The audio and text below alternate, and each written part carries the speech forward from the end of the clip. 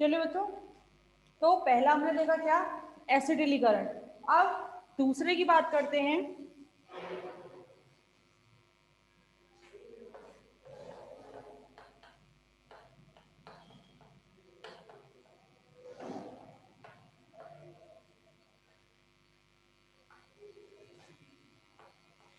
दूसरा है अल्कोहल से अभिक्रिया।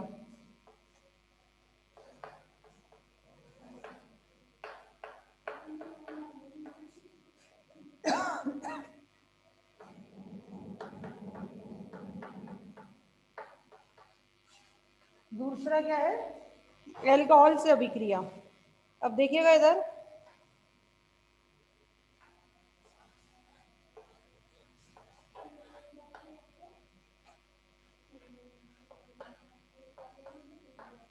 ये ग्लूकोज प्लस CH3OH, ठीक है, मिथाइल अल्कोहल। मिथाइल अल्कोहल ये भाई, इसका हमने करवाया क्रिया, तो क्या बनता है,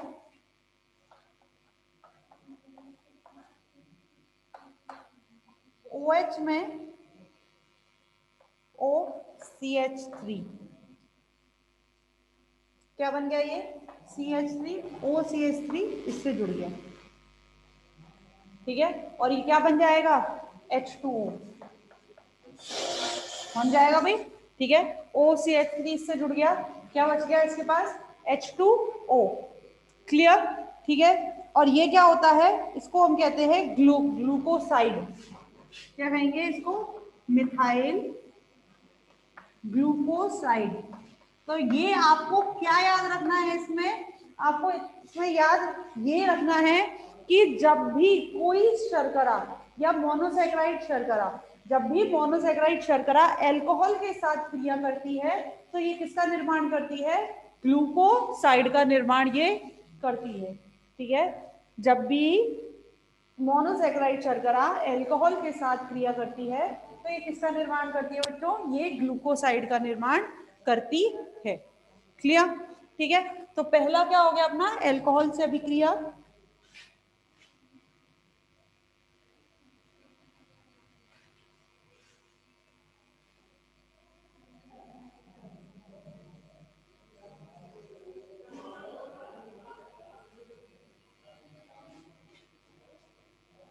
दूसरा है, तीसरा क्या, ऑक्सीडेशन। तीसरा क्या है, ऑक्सीडेशन या ऑक्सीकरण, ठीक है। तीसरा क्या है आपका, ऑक्सीडेशन या ऑक्सीकरण। ऑक्सीडेशन ऑक्सीकरण दो प्रकार से हो सकता है, क्या, एक तो हम कहते हैं कि माइल्ड, माइल्ड यानी कि बहुत स्लाइड ऑक्सीकरण हम उसका कर रहे हैं, यानी कि हमने जो रिएजेंट उसको दिया है, जो कारक हमने उसको दिया है, उसके कारण अगर उसका ऑक्सीकरण बहुत कम होता है, तो हम ये कहते हैं वो क्या है, माइल्ड ऑक्सीडेशन या कम ऑक्सीकरण उसका कहते हैं। और एक होता है जब हम उसको कहते हैं कि हमने ऐसा कारक दिया है उसको जो स्ट्रॉन्ग, ठीक है, स्ट्रॉन्ग कारक अगर हम उसको देते हैं, ऑक्सीडाइजिंग एजेंट उसको हम देते हैं, तो उसका जो ऑक्सीकरण होता है उसको हम कहते हैं, जैसे सॉरी, इसको हिंदी में कहते हैं मृदु ऑक्सीकारकों और तीव्र ऑक्सीकारकों। ये मैंने दिखा तुम्हें, जब हम कहते हैं सॉफ्ट या स्मूथ, तो हम कहते हैं कि मृदु ऑक्सीकारकों, और अगर हम कहते हैं स्ट्रॉन्ग, तो हम कहते हैं तीव्र ऑक्सीकारकों,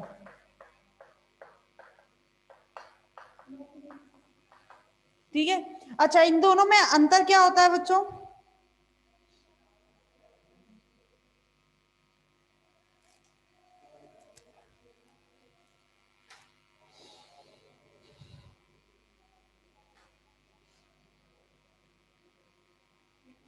इसमें अंतर क्या होता है, देखिएगा इधर, दरअसल जो CHO है, जो CHO है, ये जो CHO है ये किसमें, इसमें हम कहते हैं दो हैं, जैसे CHO, ठीक है, फिर CHOH4 और CH2OH, यही है, ठीक है, यही है ना ग्रुप, ग्लूकोज यही है, इसको इस तरह बना दिया, ये क्या है ग्लूकोज।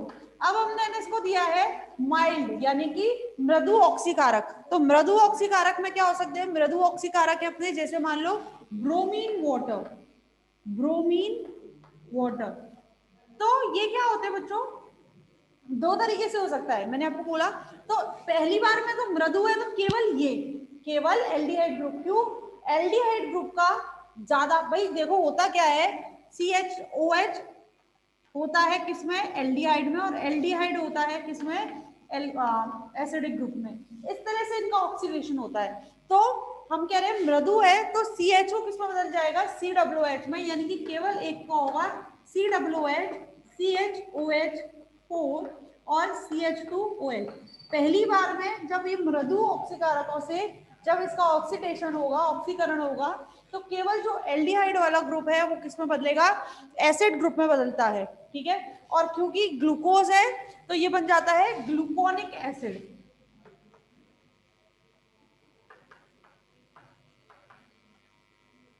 ये क्या बन गया, ग्लूकोनिक एसिड। ग्लूकोज किस में बदल गया बच्चों, ग्लूकोनिक एसिड में। ठीक है, लेकिन अगर मैंने इसको किया है किससे, तीव्र, और तीव्र में जैसे मान लो ले लिया मैंने कॉन्सेंट्रेटेड HNO3,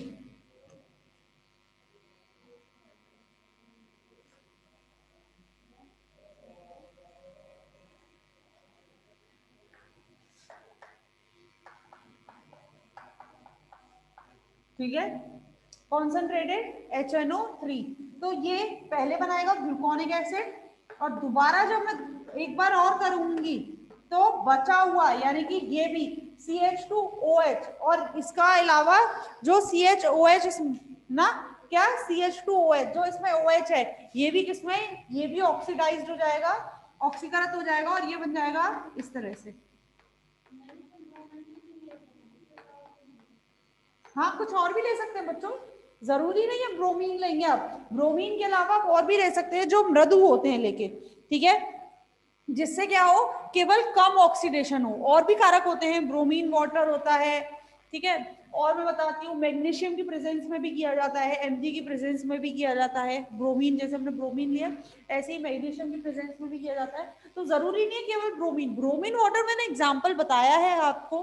ठीक है, क्यों, क्योंकि ये क्या है, एक मृदु ऑक्सीकारक है। जरूरी नहीं है केवल ब्रोमीन वाटर से करें, आप और किसी से भी कर सकते हैं, लेकिन होना क्या वो चाहिए आपका, माइल्ड होना चाहिए, यानी कि मृदु होना चाहिए। क्यों, क्योंकि अगर आपने कॉन्सेंट्रेटेड, जैसे मैंने मान लो यहाँ कॉन्सेंट्रेटेड HNO3 लिया है, कॉन्सेंट्रेटेड HCl लिया है, तो अगर आप क्या लेंगे, तीव्र ऑक्सीकारक लेंगे, तो तीव्र में क्या हो जाता है, उसके दोनों ग्रुप, एल्डिहाइड ग्रुप भी और उसका एल्कोहलिक ग्रुप भी, दोनों क्या हो जाते हैं, उसके ऑक्सीकृत हो जाते हैं।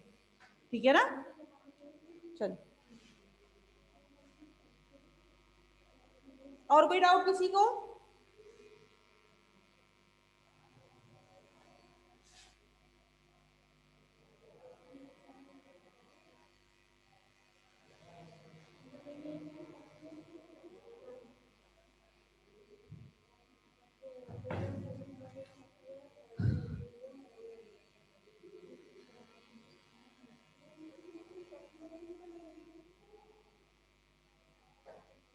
अगला है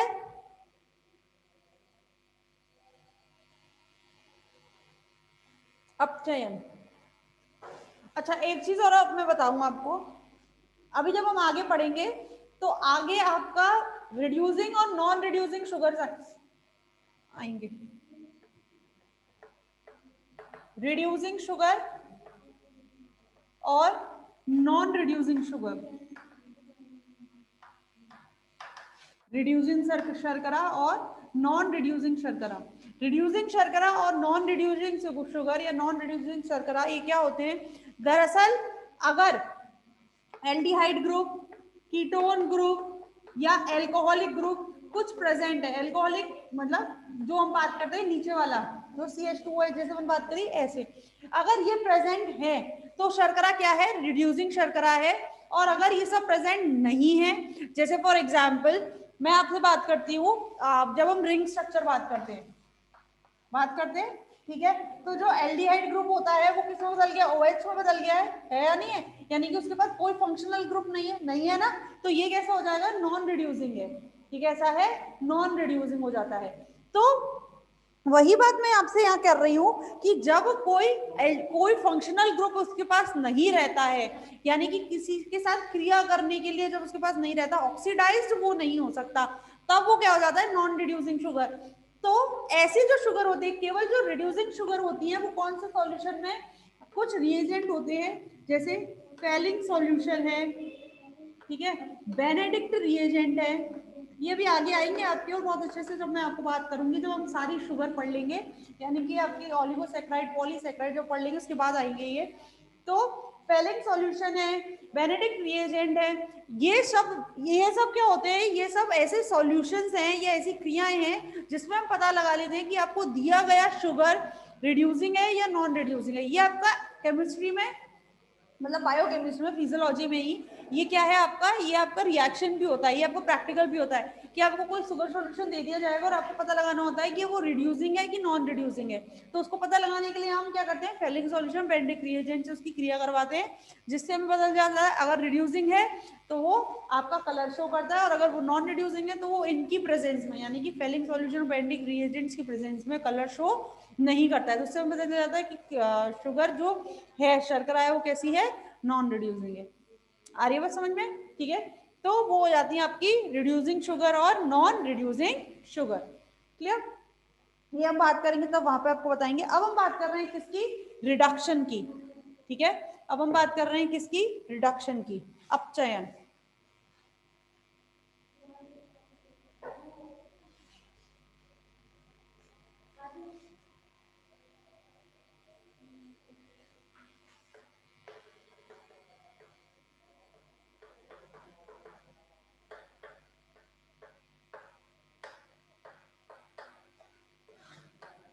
ठीक है, अगली हम बात करते हैं किसकी, रिडक्शन की या अपचयन की बात करती हूं मैं। तो मोनोसेक्राइड में, मोनोसेक्राइड में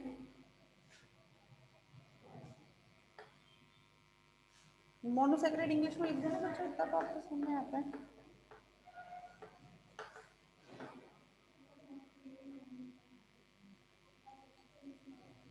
मोनोसेक्राइड में अपचयन से, हमने कहा था जब रिडक्शन होता है तो क्या होता है, OH से CHO और CHO से COOH, ये क्या है, ऑक्सीडेशन। अगर उल्टा चलोगे तो रिडक्शन होगा कि नहीं होगा। तो इसका मतलब क्या है, अब आप देखिएगा, जब हम ग्लूकोज बनाएंगे तो कैसे, CHO CHOH 4 और CH2OH। अब जब मैं इसका क्या करूंगी, रिडक्शन करूंगी, रिड्यूसिंग एजेंट, अपचयित कारक, तो जो CHO है किसमें बदल जाएगा, OH में बदल जाएगा। तो ये क्या हो जाएगा बच्चों,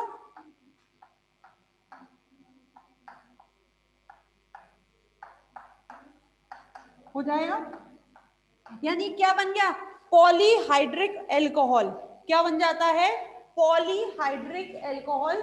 तो जैसे मैंने आपको तब बताया था कि जब हम मोनोसेक्राइड की क्रिया किससे कराते हैं, आपके अल्कोहल ग्रुप से कराते हैं, तो क्या बन जाता है, ग्लूकोसाइड बनता है। ऐसे ही जब हम मोनोसेक्राइड को अपचयित कराते हैं, जैसे जब हम उसका ऑक्सीकरण कराते हैं तो क्या बन जाता है, एसिड में बदल जाता है, ठीक है। और जब हम उसका अपचयन कराते हैं तो मोनोसेक्राइड किस में बदल जाता है, पॉलीहाइड्रिक एल्कोहल। और अगर आप इसका नाम जानना चाहें तो इसको बोलते हैं सॉर्बिटॉल।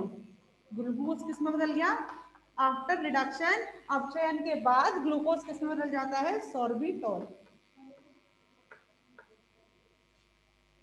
ठीक है, क्लियर बच्चों।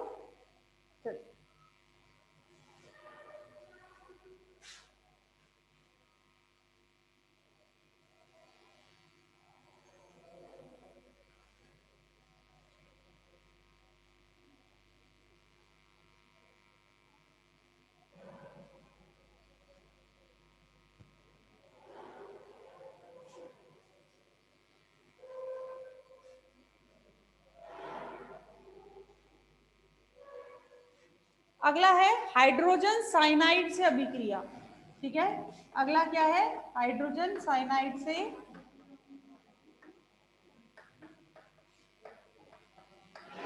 अभिक्रिया, HCl से अभिक्रिया। तो हाइड्रोजन साइनाइड से अभिक्रिया में देखिएगा इधर वही एक हम लेते हैं CHO,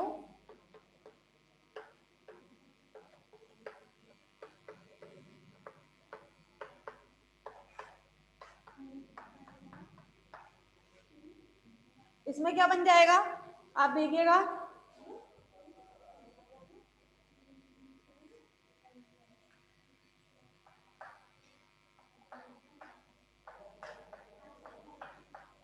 ये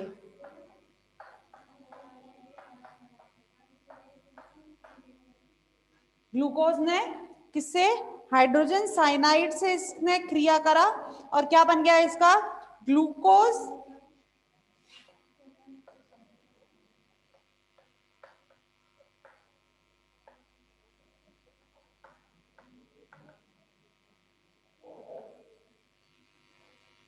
ग्लूकोज साइनोहाइड्रिन।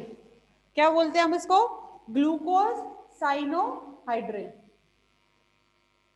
ठीक है, क्लियर है बच्चों। ये क्या है आपका ग्लूकोज, ग्लूकोज को हमने किससे क्रिया करा है, हाइड्रोजन साइनाइड से। एक बात मैं बता दूं बच्चों आपको, जो बुक में आपको दे रखी है क्रियाएं, आप इनको जरूर पढ़ेंगे क्योंकि आप इनको ऐसे के ऐसे लिख के आएंगे। और जो वन वर्ड क्वेश्चन होते हैं ना, कई बार ये वन वर्ड क्वेश्चन में भी इनको पूछ लिया जाता है, और वन वर्ड क्वेश्चन में भी इनको डायरेक्ट पूछा जाता है कि ग्लूकोज को जब हाइड्रोजन साइनाइड से उसकी क्रिया कराएंगे तो क्या बनेगा। ठीक है, तो क्या बनता है, ग्लूकोज साइनोहाइड्रिन। ठीक है, किस तरह से, CHO के साथ ये क्रिया करते हैं, CHOH और एक तरफ CN। ठीक है, ये होता है ग्लूकोज साइनोहाइड्रिन। अगला है हाइड्रोक्सिल अमीन से अभिक्रिया। ठीक है,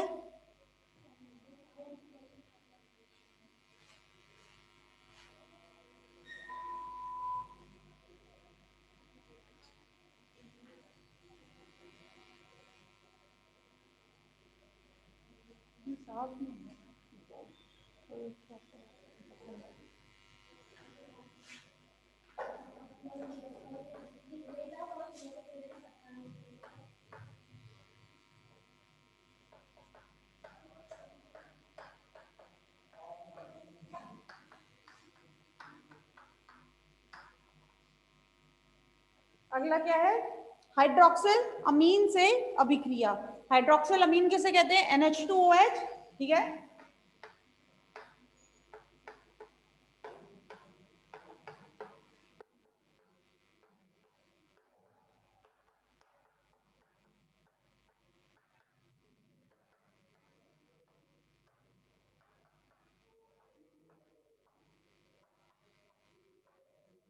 ठीक है, ये क्या है, हाइड्रोक्सिल अमीन NH2OH। तो इससे ये किस तरह से रिएक्ट करेंगे, देखिएगा इधर, ये तो ऐसी की ऐसी रहता है,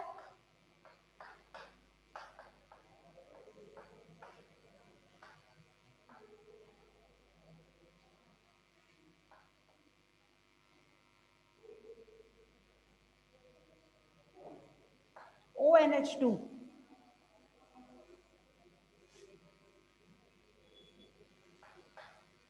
ये रहता है ना, तो ये रहेगा,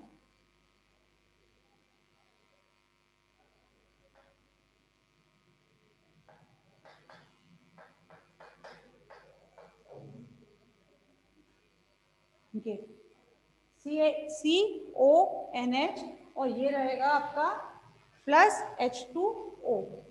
क्लियर, तो ये होता है हाइड्रोक्सिल अमीन से क्रिया, और ये होता है ग्लूकोज ऑक्सोमाइन ऑक्साइन।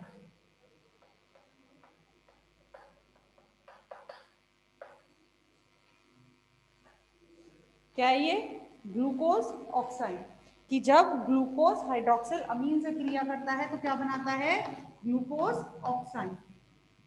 क्लियर है बच्चों, चलिए तो बाकी की रिएक्शंस आपको कल करवाएंगे।